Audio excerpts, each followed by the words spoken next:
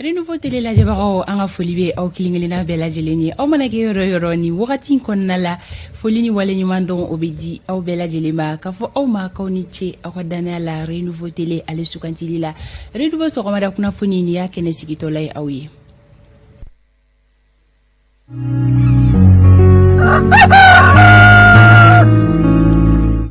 Renouveau matin ni ale renouveau sokomada kuna foni kene memesigi awye dongo do kadam netene katabla fo jumala neke kanyo wolonvla mana temeni sanga tanduri amena ka ko kuna foni o kun flo fara nyogon kan kadi aw ma maliko no ani maliko kan o ko kuna siri o ka bampeo ola sulika wuli ke baka onan sigirani kenen kan dongo do ambe folo ka awde fo sabula barano ronte o munu meino ka sida awa chakero la rabani aw sokolino ona ame aw fu ka kenyeni akwa wakatu chugo yawi sabula mauka wakatu chugo ya tekileni an la jeleno jien fantani nani bela jelenfe munu me soko awna soko nona ukono nana anga folibe aw bela jeleni lambe baga jama hulu awni soko ma radio renouveau lambe baga anga folibe awye mogo sokolino awna 98.1 sans fait ame folidi aw bela jelema o kofe franka radio to munu me noni olu sokolino awna ni sanga konnala abe radio kemeiri kabo obe soko awna wala saka sika kuna foniye chari mali dugu fantan nan bela jelena dugu baw fala dugu misenunka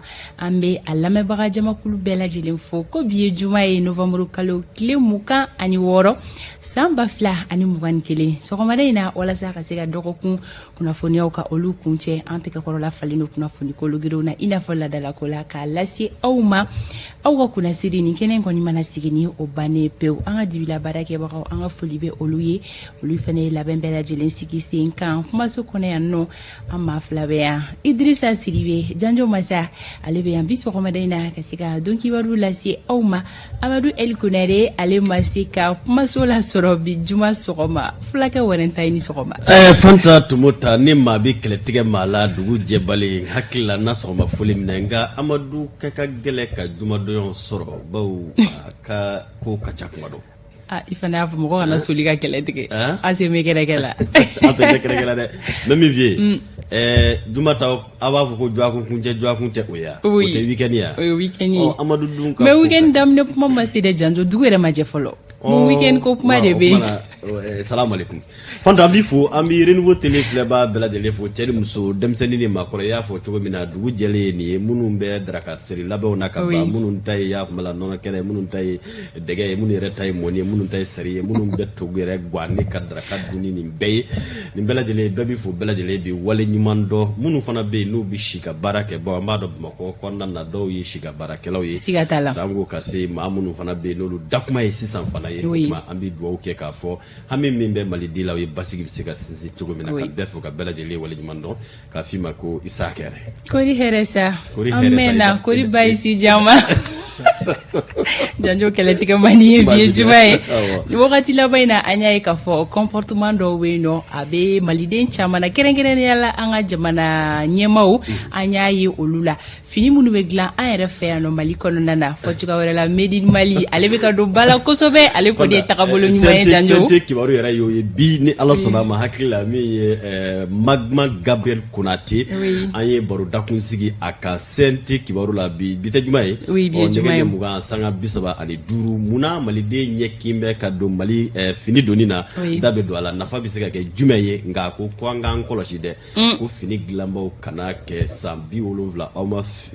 mi zoro ka be shoda complètement o ma ku ka noya kukanoya kusira sabali amba feka fini mi glan fasola ya ko blanc valeur ka valeur do ma donc il faut pas que songo fene ka gela stanga medine malisa amano gonja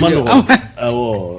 ok bi juma do renouveau matin kuna fonyo we natalike munka an abakuru ba olu fleni fem kon metalike ko dogo kun kele ana kun kan fin franci kele ke cheuka convoi do ko ni bloquer no Burkina dugu dola ola ameseka muni famya ni ko inkan kalamblo jume beseka soroni ko inkono nana ani kuna fonyo jume me ambolo akukan isaka basidibi alebe nakana o wala awnye miato fem metalike franci kele ke chewni obe barkan ko fo olu ka convoi min bloqué no Burkina dugu misɛnnin dɔ la ale bɛna kana o kibaruyaw ka olu di an ma nun togo ale anw ka bi ma welelen sɔgɔmada in na a bɛna hakilinata di an ma parti politique minnu bɛ yen nɔ ni olu kɔni ye bataki bɔ gɛlɛya bɛ minnu ni an ka jamana premier ministre ni ɲɔgɔn cɛ Choguel Kokala Mayiga nun togo ale kɔni bɛna kunnafoniya di an ma o koɲɛw bɛɛ lajɛlen kan Musa Traoré ka bɔ Mopti anw ka lasigiden don Moptikaw fɛ yen nɔ ani ale fana bɛna ɲɔgɔn lasɔrɔ an y'a ye k'a fɔ fɛn bɛ tali kɛ kunna sini kɔni na banbaci wale dɔ kɛra Bandiagarakaw fɛ yen nɔ ale bɛna ɲɛfɔli kɛ anw ye o ataki koɲɛw olu kan Idrissa Sidibe Janjo Masa ale bɛ yan don kibaru kama Sori Ibrahim Diallo bɛ siraba kana la a bɛ jateminɛw la sɔɔni an bɛ ɲɔgɔn lasɔrɔ tan ni ka segin kunnafoniyaw olu kɛnɛ kan Hawa Daɲogo kɛnɛya kunnafoni bɛ ale bolo Alexis Kalambiri ma sɔn min ma o fana bɛ yira aw la bi sɔgɔmada in na jɛmukan kɔnɔna na ka fara kunnafoni di gafe minnu bɔra bi juma ka se ka dɔgɔkun don kibaru sɛbɛnw kun cɛ olu ɲɛ fura fɔlɔ laseliw olu bɛna kɛ ka fara anw ka don fɔli duman fila o kan ni sanga kɔnɔna la an bɛ kunnafoniyaw daminɛ ni wagati bolo da cogo ye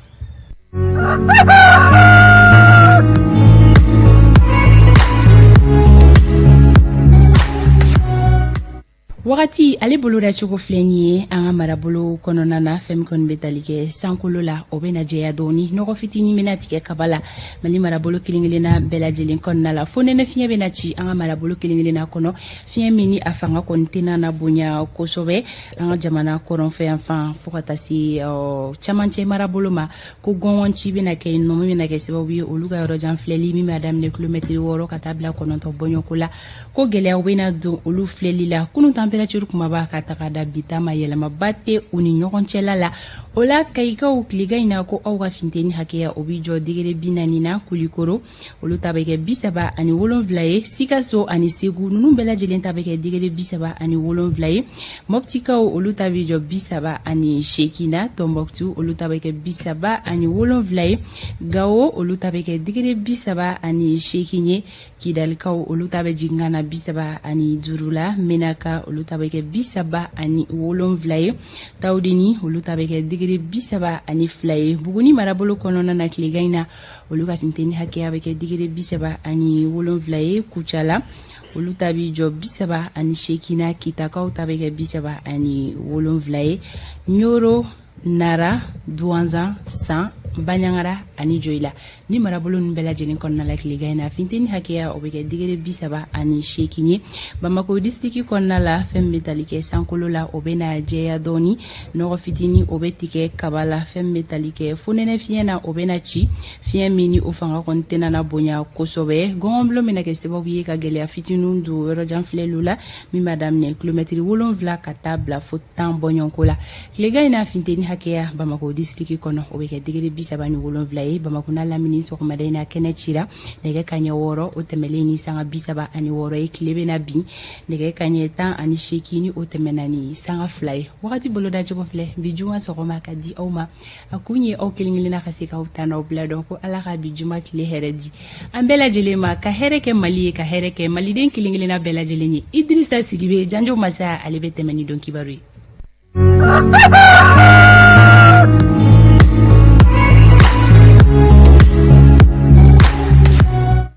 nɛgɛ kaɲɛ 7 sanga 25 Janjo Fanta bi sira di ma ayiwa hakili la n ye sira ne k'a minɛ kunnafoni sira de ko don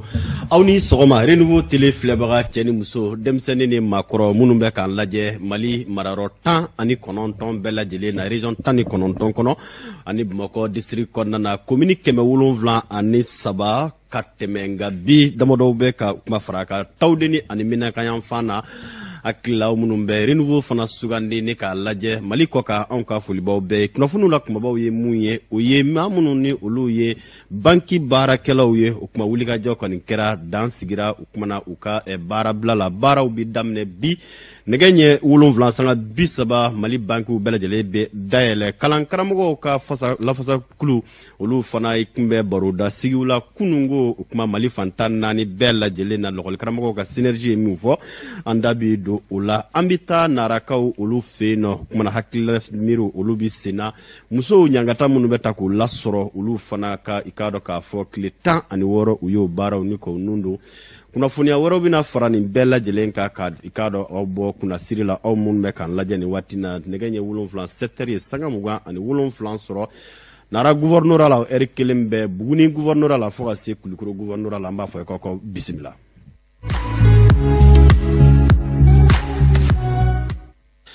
An bi kunnafoniyaw daminɛ ni min ye an bɛ aw hakili jigin k'a fɔ min ni o ye lafasatɔ min n'o k'a ma ko sinabefu olu kɔni tun kɛlen don ni ka baara bila k'o boloda tile 3 baara bila kun don u yɛrɛ kun ka fɔ la ni wasa tun ma sɔrɔ a la a laban tɛna kɛ badabada baara bila ye nka maa minnu ni olu ye i k'a dɔn mara kɛbaa minnu sanko minisiriso min ɲɛsinen don forobacɛw ani k'a dɔn jamanadenw ni ɲɔgɔn cɛ kunkanko kibaruya fɔ ka bɛn bɛ se ka lasabati cogo min na madame Jawara Awa Pulo Jallo n'a ka jamakulu kɔni ye wulikajɔw kɛ o kumana a kɔni kɛra i k'a dɔn tan ni ka segin ba ye nka sigiw kɛra sababu ye u ka se ka ɲɔgɔn lafaamu ni nin tɔn in ye ni o bɛ tali kɛ hakilila jiginna maa minnu ye banki baarakɛlaw ye u ka laɲiniw kunkanko kibaruya o la tile 3 kɔnɔna na tile 2 kɔfɛ ni minisiriso ka wulikajɔ kɛra sababu ye ani k'a dɔn mara kɛbaaw ka hakilila ɲumanw kɛra sababu ye fo ka se maa minnu n'olu ye lafasatɔnw ye olu fana ka ŋaniya ɲumanw kɛra sababu ye dan ka sigi nin baarabila in kɔnɔna na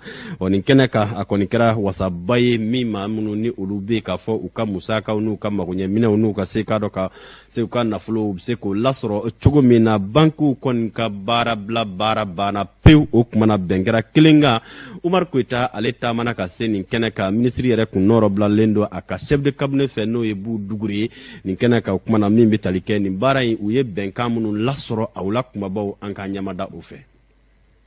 Kun ka ca bi sɔgɔmada in na maa minnu y'u senfa joona ka se bankiw la walasa ka se ka t'u ka wari ta u ɲɛdaw kan an bɛ se ka jateminɛ k'a fɔ u nisɔndiyara kosɛbɛ bɛnkan min sɔrɔla sɛndikaw ani banki ɲɛmɔgɔw ni ɲɔgɔn cɛ. N'i y'a mɛn ko grève banna a diyala n ye kojugu a nisɔndiya bonyana n ma ni i ka wari bɛ banki la i mago b'a la i ma se k'a sɔrɔ ko banki datugulen don o fana ka jugu mɔgɔ minnu f'i ma n'a fɔra ko banki dayɛlɛla i ka wari bɛ yen i y'a sɔrɔ vraiment ka kan k'i kontaan banabaatɔ bɛ dɔw bolo o t'a dɔn u b'a kɛ cogo min na. Ka tɛmɛ ni sɛndikaw ka laɲiniba 3 ye a jirala k'a fɔ ko bɛnkan kɔni sɔrɔla 2 la fɛn min kɔni sabanan ye ko o kumaw bɛ to sen na. Sɛbɛn ninnu na nisɔndiyara depuis tɔgɔmada joona in na nisɔndiyara parce que fɛn bɛnna minnu tuma 1 heure yan fan ninnu na donc an tun bɛ ka minnu ɲini an wasara an y'o sɔrɔ fo ka bɛn kɛra an ye ɲɔgɔn faamuya lawasalen kɔfɛla la le fait que an bɛnna n'an ka faamu an ye ɲɔgɔn faamuya mun kɛra fɔ ɲɔgɔn tun don an fɔra ɲɔgɔn kɔ mais a ɲɔgɔn wɛrɛ tɛna kɛ tuguni. Parce que grève mun kɛra nin an yɛrɛ y'a ye client minnu ka wari bila an ka banque kɔnɔ mun b'a to an bɛ wele ko banquier an bɛ wele ko saratalaw an bɛ wele ko baarakɛlaw donc olu tɔɔrɔ la kosɛbɛ o tɔɔrɔya in man di an ye a bɔra sababu mun na c'est que an ni ɲɔgɔn cɛla la famille kɔnɔna la fili kun donna an ni ɲɔgɔn cɛ donc bibi in na an yɛrɛ y'an sigi an ye jateminɛ an ye jamana jateminɛ an ka client jateminɛ an n'a fɔ fili mun b'a ni ɲɔgɔn cɛ an k'an sigi ka fɔ kɛ pour que an ka bɛnkan sɔrɔ fɛn minnu b'a ni ɲɔgɔn cɛ an bɛ se ka mun kɛ an k'olu kɛ sisan ni mun tɛ se ka kɛ an k'o bila kɔfɛla la. An bɛ hakililajigi kɛ k'a fɔ ni bɛnkan in kɔni sera ka sɔrɔ ni jɛkulu 2 ni ɲɔgɔn cɛ ni an ka jamana ɲɛmɔgɔw ka wuli ka jɔ ani ka cɛsiri ye. Jamana ɲɛmɔgɔw ka wulikajɔ n'u ka cɛsiri kɛra sababu ye maa minnu ni olu ye banki baarakɛlaw ye o kuma olu ka baarabila baaraw kɔni ka segi so ma bɛ se k'a fɔ banki kɔni o kumana a baaraw daminɛna Mali fantan 4 bɛɛ lajɛlen na.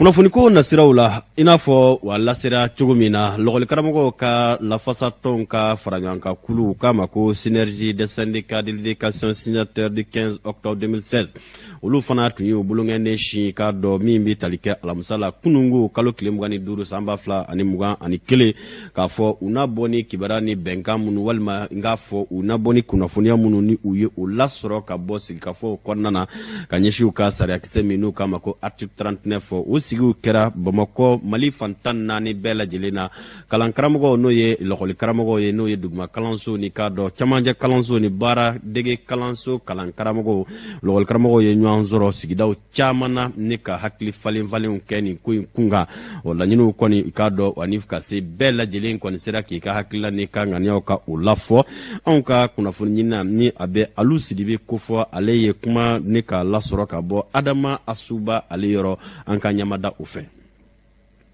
Ne tɔgɔ Adama Asuba ne ye Sipesco secrétaire général lycée Kankun la en même temps ne ye synergie direction élargie directeur élargi mɔgɔ ye sɔgɔmada in na an bɛ quartier Mali écoleso la an bɛ AG la AG in kɛ kun ye min ye ka école maîtres bɛɛ kunnafoniya synergie ye rencontre minnu kɛ ni gouvernement ani a ye rencontre mun kɛ ni mɔgɔ wɛrɛw ye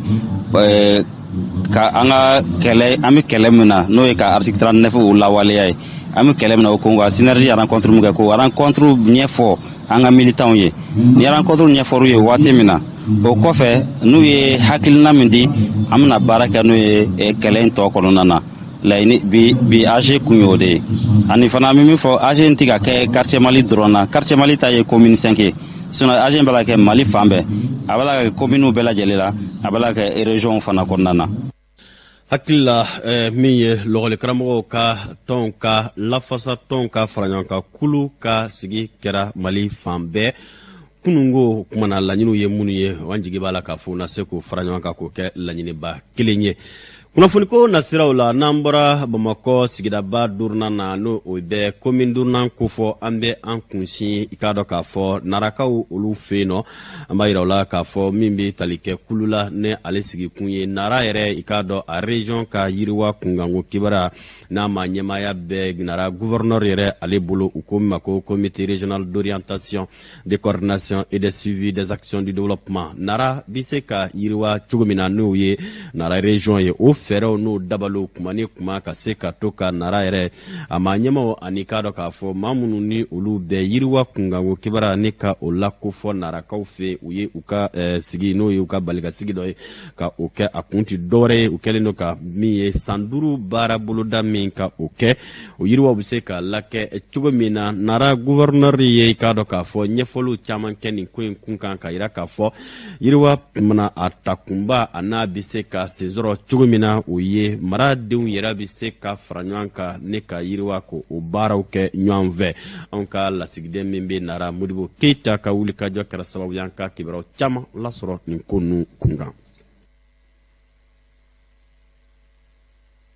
Tali kɛ musow ɲankataw minnu bɛ ta ka u lasɛgɛrɛ baɲumankɛ tɔn min n'u b'a fɔ ma ko Wildaf Mali ale n'a a dɛmɛbaw kɔni kɛra sababu ye ka baara nundo baaraw kɛ tile 16 bonyango o baara nundo baara minnu min a bɛ kɛ sababu ye tile 16 min ni i ka dɔn o bolodalen filɛ nin ye min bɛ tali kɛ ɲankata minnu bɛ ta ka ɲɛsin musow walima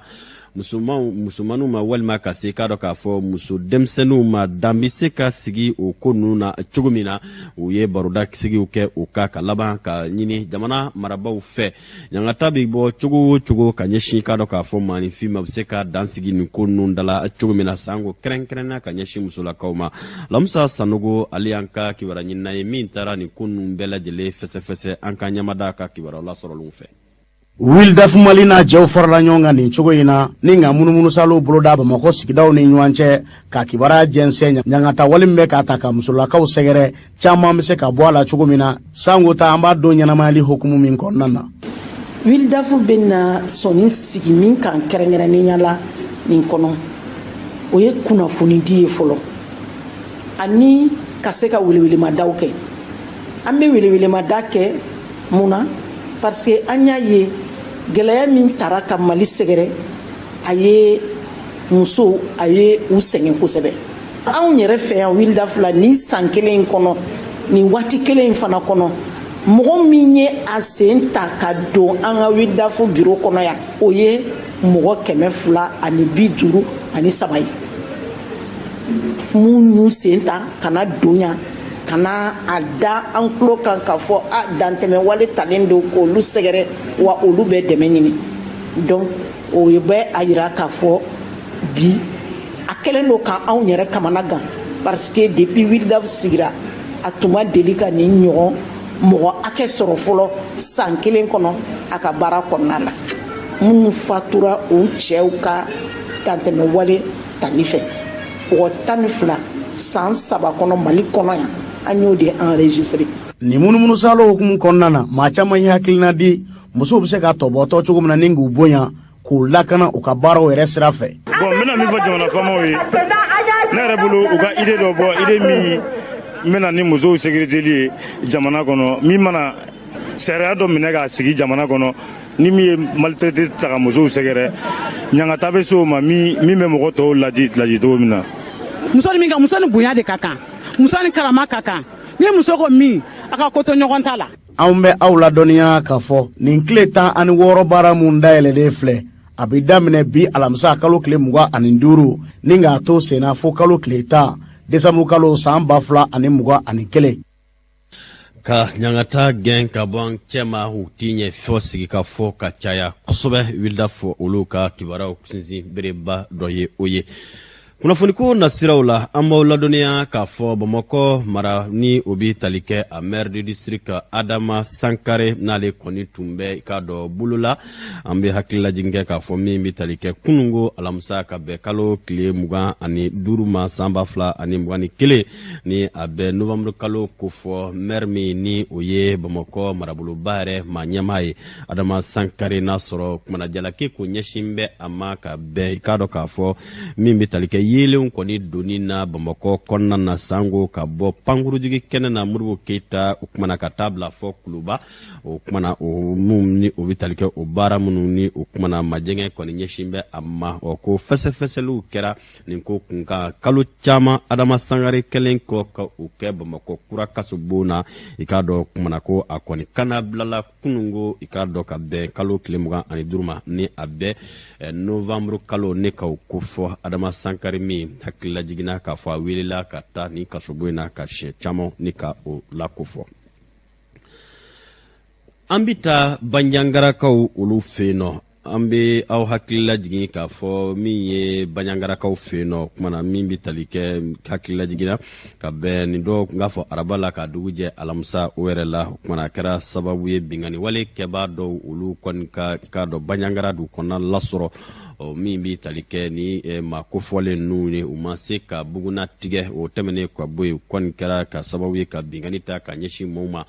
ka magoɲɛw k'a fɔ ka magosa caman lase sigida mɔɔw ma kibaruyaw y'a di k'a fɔ maa 4 olu yɛrɛ bɔdɛna u ni na ka sababu kɛ ni maa kofɔlen ninnu ka k'a dɔn k'a fɔ wulikajɔ ye ni y'a sɔrɔ labɛnw sabatilen don Hawa Sanogo ye ɲɛfɔli kɛ nin ko kan an ka ɲɛmada fɛ. Bɔɲɔngo olu kɔni bɔnɛna u ni na araba su fo ka se alamisa ma ataki dɔ senfɛ n'a yɛrɛ kɛra bamacikɛlaw fɛ minnu sugu ma dɔn fɔlɔ a kɛra Bajangara donda la. Bajangara donda la mugucikanw kɔni mɛna yen nɔ k'a daminɛ nɛgɛ kanɲɛ 21 na fo ka se nɛgɛ kanɲɛ 22 ma Mopti kɛrɛfɛla la ka kɛ ni Anadulu Useini Sayi ka kuma ye n'ale yɛrɛ Bajangara commune maire ye. Maa 4 ninnu kɔni olu bɔnɛna u ni na ni kɛlɛ in senfɛ a kɛra sababu ye fana ka se ka taa n'u bololaminɛw ye ka kɛɲɛ ni maa kofɔlen ka kuma ye. Ni walejugukɛla ninnu u y'u ka ni baarajugu in kɛ gouvernorat kɛrɛfɛla de la min yɛrɛ yɔrɔ la ni sogo feerelaw tun bɛ yen fo ka se dumuni feerelaw ma ale ni feerekɛla misɛnnin wɛrɛ caman Mopti donda la wa u ka ni walejuguya in kɔnɔna la maa 4 olu ni tora la u taara ni misi caman fana ye ka kɛɲɛ ni agence président du comité de gestion scolaire de la localité ka kuma ye. An hakili b'a la k'a fɔ ko Bajangara population ale ni leader politikiw k'u bɔra ka manifester ka sababuya kɛ lakanabaliya mun bɛ ni dugu kofɔlen na nka an ɲɛ b'a la u ka laɲini ma nafa foyi ɲɛ. Banjangara kuma an bɛ dugawu kɛ ma banu olu ye Fanta Tumota ka sɔrɔ nɛgɛ ɲɛ 7 n'a bɛ 7h ko fɔ sanga ye 40 sɔrɔ Banjangara Bankas sanga ka se Wankoro Sokura ani min ni o bɛ tali kɛ Jalisago nin bɛɛ bi Banjangara marabolo kɔnɔna na an bɛ dugawu kɛ ka fala ka basigi ko lanati faso Maliba kɔnɔna na nin ye kuyara minnu n'an sera k'olu fara ɲɔgɔn kan teliyala sɔgɔmada joona in na tako fɔlɔ o kan. Tako folo kibaruyaw olu tun bɛ tali kɛ na janjo k'an ka duwawu fara ita kan fɛn bɛ tali kɛ Mali marabolo maa kelen-kelenna fɛn bɛ yen nɔ k'u bɛ degun kɔnɔna na ka sababuya kɛ maa banbaciw ka waleya cɛjugu ye k'an hakilina ɲuman bɛ ka taga o yɔrɔ an b'a jigiya k'a fɔ fɛn bɛ tali kɛ lakana la o na sabati Mali marabolo kelen-kelenna bɛɛ lajɛlen kɔnɔ sisan an bɛ sori Ibrahim Diallo ale bisimila fulakɛ tani ka segin wagatiw tani ka segin kibaruyaw wagati sera anw ka nɛgɛ kɛrɛfɛtigi Asi Damele ale bɛna wele bila sori ma a bɛna an kunnafoniya